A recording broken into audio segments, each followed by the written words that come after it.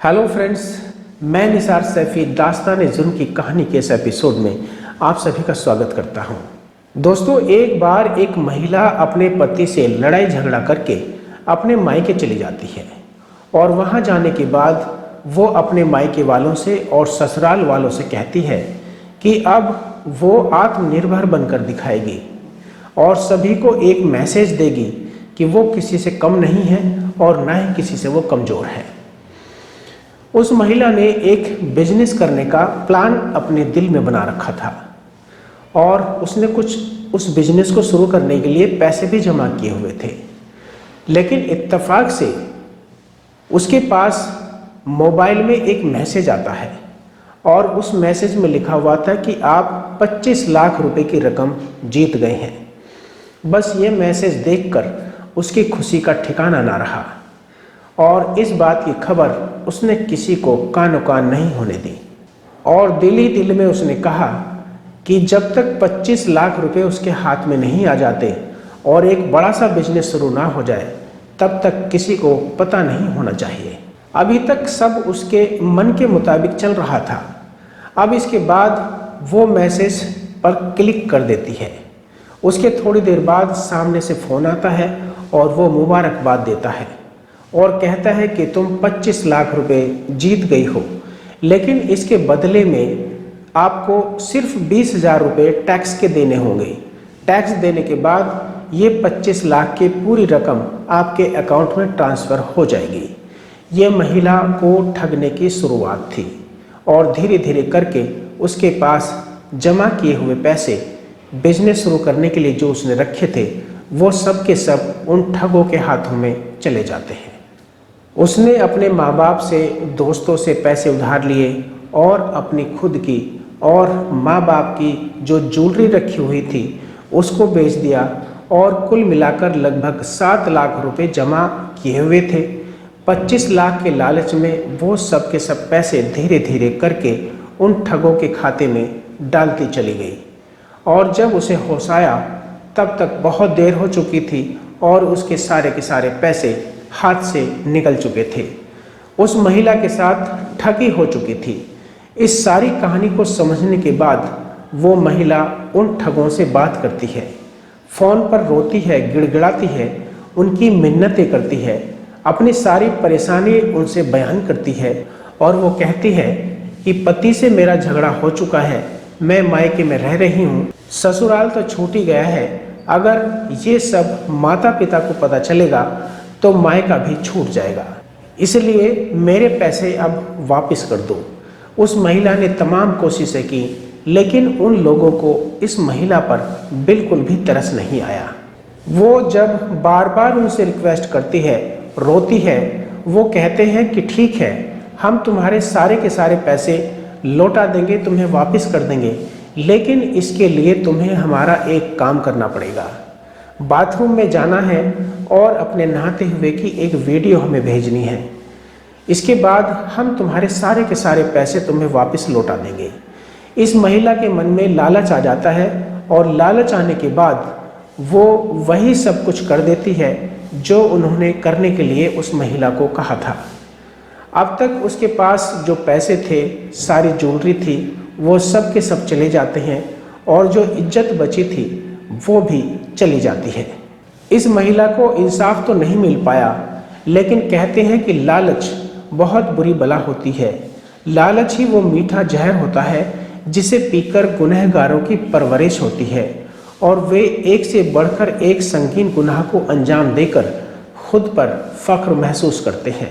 आज की इस सच्ची घटना में भी लालच ही था जिसकी वजह से एक नहीं, दो नहीं, बल्कि 66 बड़े घरों की खूबसूरत महिलाएं खुद को तबाह और बर्बाद कर लेती हैं।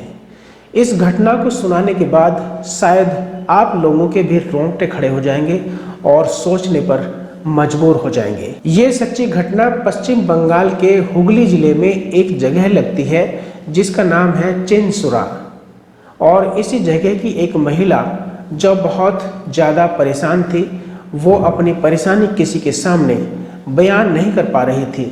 धीरे धीरे करके वक्त आगे बढ़ रहा था और उसकी मुश्किलें लगातार बढ़ती जा रही थी। हालात से परेशान होकर आखिरकार वो महिला हिम्मत जुटाकर नज़दीकी पुलिस स्टेशन जाती है और वहां जाकर पुलिस को अपनी सारी परेशानी सुना देती है। पुलिस को इस महिला की कहानी पर यकीन हो ही नहीं रहा था। उन्हें ऐसा लग रहा था कि ये महिला भले ही अच्छे घराने की है, बड़े घर की है, लेकिन झूठ बोल रही है। दरअसल इस कहानी की असल शुरुआत यहाँ से कुछ इस तरह से होती है। इस महिला के घर में एक बच्चे का जन्मदिन था और जन्मदिन की खुशी में उसने एक बेहद ही खूबसूरत केक का ऑर्डर किया था। जब वो केक का ऑर्डर कर रही थी तो उसने ये बात किसी को बताई नहीं थी, क्योंकि उसने जो केक का डिज़ाइन गूगल पर देखा था, ऐसे ही केक का डिज़ाइन उसने अपने घर के लिए ऑर्डर किया हुआ था। दिसंबर 2020 की ये बात है। जैसा केक ऑर्डर किया था, ठीक वैसा ही केक बनकर उसके घर पर आ जाता है और साथ साथ डिलीवरी बॉय भी उसके घर के अंदर दाखिल हो जाता है। डिलीवरी बॉय उस महिला की खूबसूरती पर फिदा हो जाता है और यहीं से उसके दिल और दिमाग में शैतानी खुराफात की शहनाई बजने लगती है। तभी वो कहता है कि मैडम, हमारी जो कंपनी है एक बहुत ही नामी कंपनी है जिसके लिए मैं काम करता हूँ। बस आपसे एक रिक्वेस्ट है कि यदि आप मुझे अपना मोबाइल नंबर दे दें तो आपके फ़ोन पर हमारी कंपनी फीडबैक लेने के लिए फ़ोन करेगी। तो फिर आप अपने फ़ोन से उनके उस नंबर पर फीडबैक दे देना और फीडबैक थोड़ा अच्छा दे देना। मैं गरीब आदमी हूँ, यदि फीडबैक अच्छा होगा तो कंपनी में अच्छा मैसेज जाएगा तो हमारी तरक्की के चांसेस ज़्यादा हो जाएंगे और हमारी तनख्वाह थोड़ी सी और बढ़ जाएगी। आप बड़े घराने के अमीर लोग हैं, यदि आप ऐसा कर देंगे तो आपकी बड़ी मेहरबानी होगी। वो अपना फ़ोन नंबर उस महिला को देता है और साथ में उस मैडम का भी नंबर ले लेता है। अब धीरे धीरे लगभग एक हफ्ता गुजर जाता है और एक सप्ताह गुजरने के बाद उस महिला के पास फ़ोन आता है। उस वक्त वो रसोई में खाना बना रही थी। फ़ोन आने के बाद वो नमस्ते करता है और कहता है कि मैं विशाल वर्मा बात कर रहा हूँ। पिछले हफ्ते जिस कंपनी से आपने केक मंगवाया था, मैं उसी कंपनी का डिलीवरी बॉय हूँ। दरअसल डिलीवरी बॉय तो वो किसी और कंपनी का था, लेकिन केक वो नज़दीक की किसी अच्छे शॉप से लेकर आया था। अब इस महिला ने कहा कि बताइए मुझे क्या करना होगा। वो बोले कि मैडम, बस आपसे फीडबैक लेने के लिए फ़ोन किया गया है कि उस दिन जो आपको केक दिया गया था वो कैसा था। तो वो केक के बारे में बात करने लगती है, केक की तारीफ़ करने लगती है।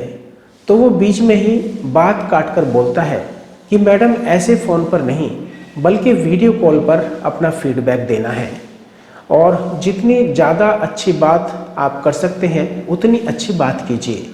तो उसके बाद एक अननोन नंबर से जब वीडियो कॉल आई तो उस महिला ने वैसे ही सब कुछ कहा जैसे जैसे विशाल ने उसको बताया था। फीडबैक देने के बाद महिला ने फ़ोन काट दिया और इस बात को हुए अब 2 से 3 दिन बीत चुके थे। उसके बाद महिला के मोबाइल में एक वीडियो आता है और इस वीडियो को देखने के बाद उस महिला के होश उड़ जाते हैं। उसकी आंखें खुली की खुली रह जाती हैं। दरअसल ये एक बिल्कुल न्यूड वीडियो होती है और न्यूड वीडियो में चेहरा किसी और का नहीं था बल्कि इस बड़े घराने की खूबसूरत महिला का ही था, जिसने 1 हफ्ते पहले केक मंगवाया था।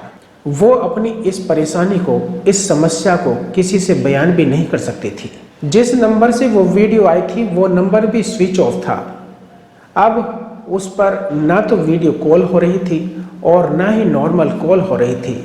महिला बहुत परेशान हो जाती है और वो लगातार उस फ़ोन पर ट्राई करती रहती है, लेकिन वो फ़ोन लगातार बंद था। और जैसे ही वो फ़ोन फिर से ओपन होता है तो उसे पता चल जाता है कि महिला ने कितनी बार उसको फ़ोन किया है। यानी जैसे ही वो फ़ोन खोलता है उसके फ़ोन पर एक के बाद एक मैसेज आना शुरू हो जाते हैं कि एक नंबर से आपको इतनी सारी कॉल की गई है। व्हाट्सएप कॉल का भी पता चल जाता है और नॉर्मल कॉल का भी। अब इधर महिला को फ़ोन किया जाता है तो इस बार विशाल अपने नंबर से बात कर रहा था। विशाल कहता है कि मैडम क्या आपके पास किसी का फ़ोन आया था? तो वो कहती है कि हाँ मेरे पास फ़ोन आया था। लेकिन विशाल बीच में ही बोल पड़ता है और कहता है कि मैडम फ़ोन भी आया था और मेरे पास आपका एक वीडियो भी आया है। ये वही वीडियो था जिसके बारे में वो महिला बात करना चाह रही थी, जिसको लेकर वो बहुत ज़्यादा परेशान थी। जब विशाल उस महिला से कहता है कि ये वीडियो मैं YouTube पर अपलोड करने जा रहा हूँ, उसके बाद फिर आपका परिवार, आपके रिश्तेदार, आपके दोस्त और जितने भी मिलने वाले हैं वे सब आपकी इस वीडियो को देखेंगे, तो फिर आपका क्या होगा? आपकी बहुत बदनामी होगी, आपकी शान शौकत सब धूल में मिल जाएगी। वो महिला पहले से ही बहुत परेशान थी और इस डिलीवरी बॉय ने उसकी परेशानी को और ज़्यादा बढ़ा दिया था। वो अब समझ नहीं पा रही थी कि वो वीडियो कॉल फीडबैक के लिए कौन कर रहा था और अब ये बीच में डिलीवरी बॉय क्या कर रहा है। ये सब क्या हो रहा है उसकी समझ में कुछ नहीं आ रहा था। तभी वो महिला कहती है कि भैया मुझे माफ़ कर दो, मुझसे गलती हो गई जो मैं तुम्हारे झांसे में आ गई, अब मैं करूं तो क्या करूं। विशाल ने कहा कि ठीक है, जब तुम अपने घर पर अकेली होगी तो हमें कॉल करना और फिर हम तुमसे बात करेंगे। 1 या 2 दिन के बाद महिला जब घर पर अकेली होती है तो विशाल को बुलाती है। विशाल अपने साथ एक दोस्त सुमन मंडल को भी अपने साथ ले जाता है। सुमन मंडल पेशे से एक पेंटर होता है और वो दोनों उस महिला के घर पहुंच जाते हैं और उससे कहते हैं कि आपका वीडियो हमारे पास है और आपको जो वीडियो कॉल किया था वो सुमन मंडल ने ही किया था। अब वे दोनों बड़े ही इत्मीनान से उस महिला के पास बैठ जाते हैं और फिर चाय पीते हैं, नाश्ता करते हैं। उसके बाद उस महिला को उनके साथ गलत काम करने के लिए, उसके साथ शारीरिक संबंध बनाने के लिए मजबूर कर देते हैं और जब उन दोनों का पूरी तरह से दिल भर जाता है, तसल्ली हो जाती है, तो वो वहाँ से चले जाते हैं। लेकिन महिला एक बात से बिल्कुल अनजान थी। अब तक जो वीडियो उसके पास थी वो किसी ऐप के जरिए तैयार की गई नकली वीडियो थी, वो असली वीडियो नहीं थी। इस न्यूड वीडियो में शरीर किसी और महिला का था और सिर्फ चेहरा यानी फोटोग्राफ इस महिला का लगाया हुआ था और वो फोटोग्राफ उन्होंने वीडियो कॉल से निकाल लिया था और उसी फोटोग्राफ का इस्तेमाल करके उस न्यूड वीडियो को तैयार किया गया था।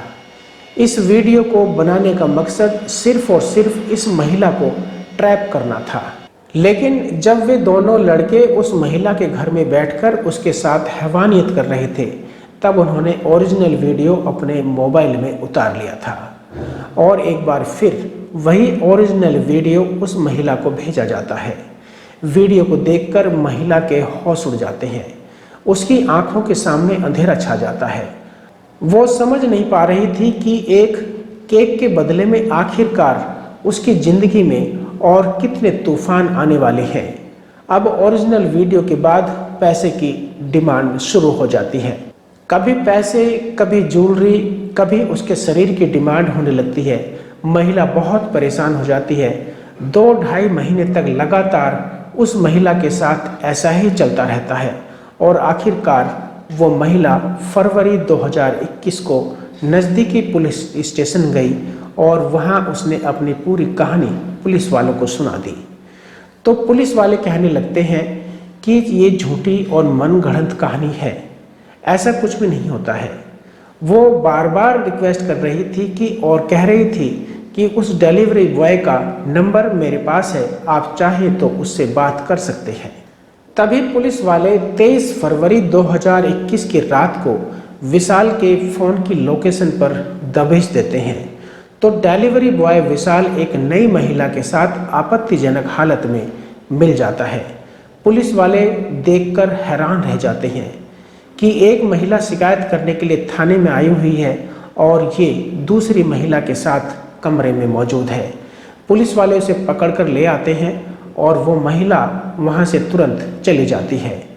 पुलिस ने जब इस महिला के बारे में पूछा तो विशाल ने बताया कि ये कॉल गलत थी। मैंने इसको पैसे दिए थे और ये अपनी मर्जी से हमारे पास आई थी। और रही बात उस पहले वाली महिला की, जो बड़े और अमीर घराने की खूबसूरत महिला थी और पुलिस के पास विशाल की शिकायत लेकर आई थी। जब उसका और विशाल का आमना सामना पुलिस कराती है तो विशाल उल्टे ही उस महिला पर तोहमत लगाने लगता है, इल्ज़ाम लगाने लगता है और कहता है कि ये महिला झूठ बोल रही है। ये अपने घर वालों की मौजूदगी में हमें बुला लिया करती थी और मेरे साथ गलत काम किया करती थी। ये सब इल्ज़ाम सुनकर वो महिला बहुत ज़्यादा परेशान हो जाती है और पुलिस से कहती है कि ये डिलीवरी बॉय विशाल पूरी तरह से झूठ बोल रहा है। उसके बाद पुलिस ने जब विशाल का मोबाइल लेकर चेक करना शुरू किया तो पुलिस को मोबाइल के अंदर 30 से 32 वीडियो ऐसी मिली जिसमें फीडबैक वाली वीडियो से उन महिलाओं की अश्लील वीडियो बना रखी थी। इसके अलावा 25 बिल्कुल साफ़ सुथरी वीडियो थी जिसमें महिलाओं के साफ सुथरे चेहरे थे और वीडियो कॉल के जरिए उनसे फीडबैक लिया हुआ था। एक वीडियो ऐसी भी थी जिसमें गन पॉइंट पर लेकर महिला का रेप किया जा रहा था। इसके अलावा कई वीडियो ऐसी भी थी जिनमें महिलाओं के साथ शारीरिक संबंध बनाए जा रहे थे। पुलिस वाले जब इतना सब कुछ देखते हैं तो वो भी हैरान हो जाते हैं और उनकी भी आंखें खुली की खुली रह जाती हैं। उन्हें इस बात पर यकीन करना बड़ा मुश्किल हो रहा था, लेकिन जब ये सब कुछ उन्होंने अपनी आंखों से देखा तो पुलिस को यकीन हो जाता है कि उस महिला ने जो भी कुछ कहा था वो बिल्कुल सच था और ये डिलीवरी बॉय विशाल वर्मा झूठ पर झूठ बोल रहा था। पुलिस अब उसकी एक नहीं सुनती है और उसके दोस्त सुमन मंडल को भी गिरफ्तार कर लेती है। दोनों से जब अलग अलग पूछताछ की जाती है तो गिनती एक नहीं, दो नहीं, बल्कि 66 बड़े अमीर घराने की खूबसूरत महिला को उन्होंने अपना शिकार बनाया था। इन सभी 66 महिलाओं ने ऑनलाइन केक ऑर्डर किया था और इन सभी को ट्रैप करने के लिए इस डिलीवरी बॉय विशाल वर्मा ने एक ही तरीका अपनाया था। उसके बाद पुलिस इन सभी 66 महिलाओं के पास भी जाती है। इनमें से कई महिलाएं तो ऐसी थी जिन्होंने इस मुद्दे पर बात करने से बिल्कुल इनकार कर दिया। कई महिलाएं ऐसी भी थी जो सब कुछ बताने के लिए तैयार थी लेकिन रिपोर्ट लिखवाने के लिए तैयार नहीं थी। काश पहले वाली महिला ने सही वक्त पर रिपोर्ट लिखवा दी होती तो बाकी 65 महिलाओं के साथ ऐसा गंदा और घिनौना खेल ना खेला गया होता। लेकिन कहते हैं कि देर आए दुरुस्त आए। उस पहले वाली महिला ने हिम्मत की और थाने में जाकर रिपोर्ट लिखवाई। उसने सारी आप बीती बयान की, तब जाकर ये चेन टूटी। फिर पुलिस ने इन दोनों से पूरी जानकारी लेने के बाद रिपोर्ट दर्ज की, चार्जशीट बनाई और दोनों को जेल भेज दिया। जेल भेजने के बाद पुलिस की कोशिश थी कि उन्हें कड़ी से कड़ी सजा मिले ताकि वो कभी किसी महिला के साथ ऐसा ना कर सकें। पुलिस जब उनसे पूछताछ कर रही थी तो पूछताछ के दौरान ही उन्होंने बताया कि जब हम किसी के घर केक लेकर जाते थे तो सबसे पहले हम देखते थे कि ये महिला कितनी लालची है। उसके पास महिलाओं के लालच को चेक करने का भी तरीका बड़ा ही लाजवाब था। वो महिला से कहते थे कि मैडम, यदि आपके पास फीडबैक लेने के लिए फ़ोन आता है और फीडबैक में आपने सही और अच्छी जानकारी दी तो अगली बार यदि मैं आपके पास सामान लेकर आता हूँ तो मैं आपको 20% से 50% तक का डिस्काउंट दूंगा। इससे आपको फ़ायदा होगा, यानी कि आप जो कीमत दे रहे हैं उसकी आधी कीमत आपको देनी पड़ेगी। और महिलाएं लालच में आ जाती थी। खासकर वो ऐसी महिलाओं को निशाना बनाया करता था जो बहुत ज़्यादा खूबसूरत होती थी और बहुत ज़्यादा लालची होती थी और अमीर होती थी। और धीरे धीरे करके ऐसे ही करीब 66 महिलाओं का पैसा भी लूटा और उनकी इज्जत भी। आजकल गुनहगारों के गुनाह करने के तरीके, लूटने के तरीके, क्राइम करने के तरीके बदल चुके हैं। साइबर क्राइम इस वक्त चरम सीमा पर है और पूरी तरह से हावी हो चुका है और यही कारण है कि लगातार लोगों के साथ ठगी हो रही है, चाहे उनका शारीरिक शोषण हो या फिर आर्थिक शोषण। बस लगातार उनका शोषण पर शोषण हो रहा है। और वीडियो के आखिर में कुछ लोगों ने नाम लेने के लिए कहा है। सीलमपुर से शोभा, संजय, राहुल और कार्तिक। आप हमेशा खुश रहें, हंसते रहें और मुस्कुराते रहें। दोस्तों, आज के लिए सिर्फ इतना ही। इस कहानी को सुनाने का मकसद किसी का दिल दुखाना या किसी को परेशान करना या तकलीफ देना बिल्कुल नहीं है, बल्कि समाज में हो रहे गुनाहों से और गुनाह करने के तरीकों से आपको आगाह करना है। दास्तान जुर्म अभी बाकी है। हम जल्दी फिर लौटेंगे एक और नई कहानी के साथ। तब तक आप अपना और अपनों का ख्याल रखें। ये वीडियो आपको कैसी लगी कमेंट बॉक्स में अपना मशवरा ज़रूर दें। वीडियो को लाइक और शेयर करें, चैनल को सब्सक्राइब करें ताकि नई वीडियो के नोटिफिकेशन आपको मिलते रहें। बहुत बहुत शुक्रिया।